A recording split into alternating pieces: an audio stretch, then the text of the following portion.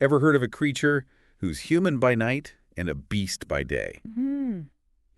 That's the kind of story we're diving into today. Oh, cool. It's all about those stories that really kind of blur the lines between human and beast. Right. Welcome to Iranian Things. Yes. Episode 85. 85. I'm Q Mars. I'm Tannaz. And we're going to be taking you on another deep dive into Iranian culture. Absolutely. Now, today we're talking about a pretty fascinating tale. Yeah. The story of Gorg Soorat. Gorg Soorat. And on the surface, it might seem like a simple fairy tale. Right.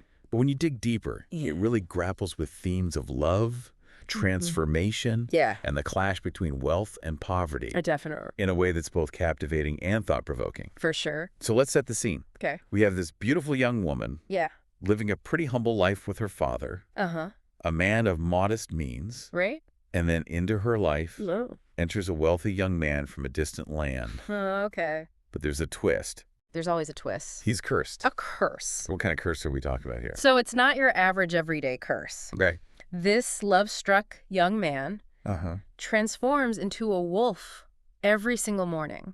Whoa. He's stuck like this until sunset. Oh, wow. And then he can finally return back to his human self. So he's a wolf by day. Wolf by day, human by night. Human by night. Yeah. It's a pretty powerful metaphor, wouldn't you say? Oh, for sure. That this internal struggle between his human desires Yeah. and his animalistic nature. Totally. So you have this man deeply in love, Uh-huh. wanting to pursue this woman. Right. But he's burdened with this terrifying secret. Yeah. How does a wolf man even go about wooing someone? I can't even imagine. Not the most romantic. Right. So the wolf man appears Okay. for the girl and her family in all his glory Right. and gives them an ultimatum. What's the ultimatum? Marry me. Oh, my goodness. Face the consequences. Oh, wow.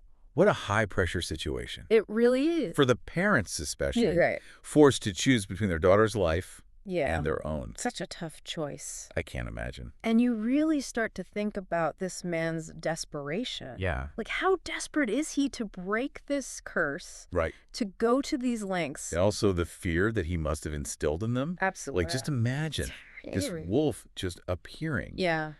and saying, marry me or else. I mean, it makes you question the nature of his love. For sure. Is it genuine? Yeah. Or is this just driven by this primal need to break the curse? It's such a good question. Right. The story doesn't end there, though, right? It doesn't. What happens next? So the wolf man, kind of recognizing, like, oh, maybe I went a little too far. Okay. He instructs the parents Okay. not to leave their home for 40 days. 40 days. Yeah. That seems significant. Oh, it is. 40 days. That's a recurring theme in a lot of these folk tales. You know, it often represents a period of waiting, right. transformation, Yeah. purification. It's like this symbolic gestation period, Yes. this time of transition before they can be reunited with their daughter. Exactly. Okay, so what happens after 40 days? Well, they finally reach the address Uh-huh. where the wolf man said to go, Okay. and they find their daughter Yeah. living in a magnificent palace. Really? Yeah, cared for by her wolfman husband, Oh, wow. who showers them with generosity. Really? Yeah, sends them back home laden with riches, So on the surface, it's a happy ending. right? I feel like there's so much more to unpack here, though. Yeah. Like, what about that act of generosity? Is it genuine kindness? Yeah. Is it maybe a way to assuage his guilt? Possibly. Or like a display of power to show the parents who's in control? I mean, it's so compelling It is. because you can't really tell Well, he's yeah. this terrifying beast, Uh-huh. but also this generous And benefactor. the marriage itself. It's kind of a rescue, Yeah. but also a forced union. Mm, It really does challenge us to think about for sure. complexities of human relationships. Yeah. And, where is that line Uh-huh.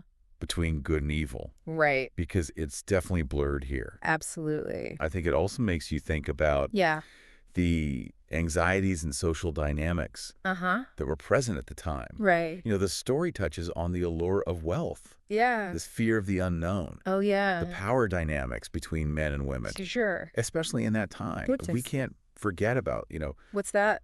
the symbolic significance of the wolf itself. Of course. In Iranian folklore, the wolf often represents this wild, untamed aspect of human nature. That's right. And so this transformation could be interpreted as a representation Yeah. of the man's internal struggles. Yeah. This battle between his base desires Right. and his desire for love and acceptance. It's a really interesting lens to look at it through. Yeah, it is. It adds a whole new layer to the story. Totally. And to everyone listening, we'd love for you to kind of ponder these deeper meanings. Yeah. And draw your own conclusions. Exactly. You know, what do you think about the Wolfman's actions? Do you see him as a villain or a victim? Good question. Leave us a comment. Yeah. Subscribe to the channel. And give this episode a like. If you found it thought-provoking. Thought-provoking indeed. And if you're hungry for more tales of transformation and these mythical creatures from Iranian folklore, yes, check out our playlist dedicated to just that. That's right. Until next time. Yes. Keep exploring those hidden corners of Iranian culture. Absolutely. See you later. Bye.